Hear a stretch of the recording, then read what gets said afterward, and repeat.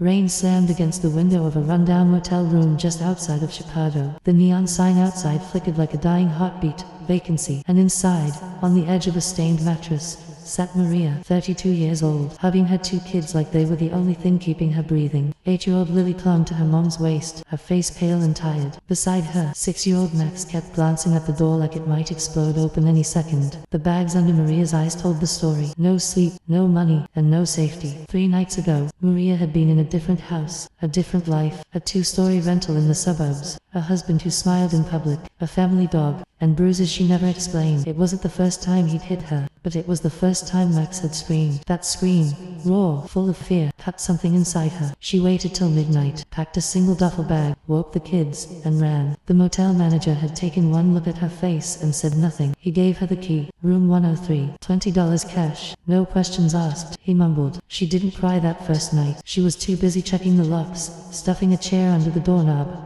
whispering lies to the kids. We're just on a little adventure, like a vacation. But the next morning, the reality hit. Her phone was dead. Her bank account was empty. Her ID, still back at the house, likely in pieces. She had 3 granola bars in her bag, and 1 bottle of water.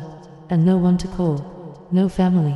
No friends brave enough to help. That morning, Max asked the question, "Mom, are we safe?" Maria's voice cracked as she said, "Yes, baby. We're safe now." But she knew he'd find her. He always did. He had ways. Pups never believed her before. Why would they now? She spent the day pacing the room, clutching a tiny knife she'd stolen from a gas station. Her kids played quietly in the corner, too smart to ask for food, too scared to cry. As night fell again, Maria stood by the window, watching, waiting. Then, a sound. A car door. A shadow moved across the parking lot. Was it him?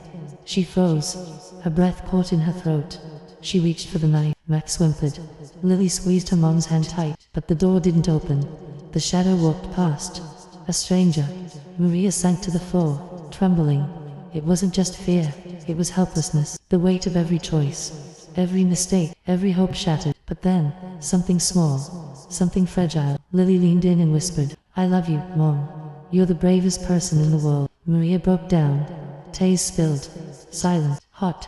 She hugged them both, tighter than ever. And in that moment, she knew she wasn't going back, no matter what. 3 weeks later, a local church shelter took them in after Maria found the courage to walk into a food bank and ask for help.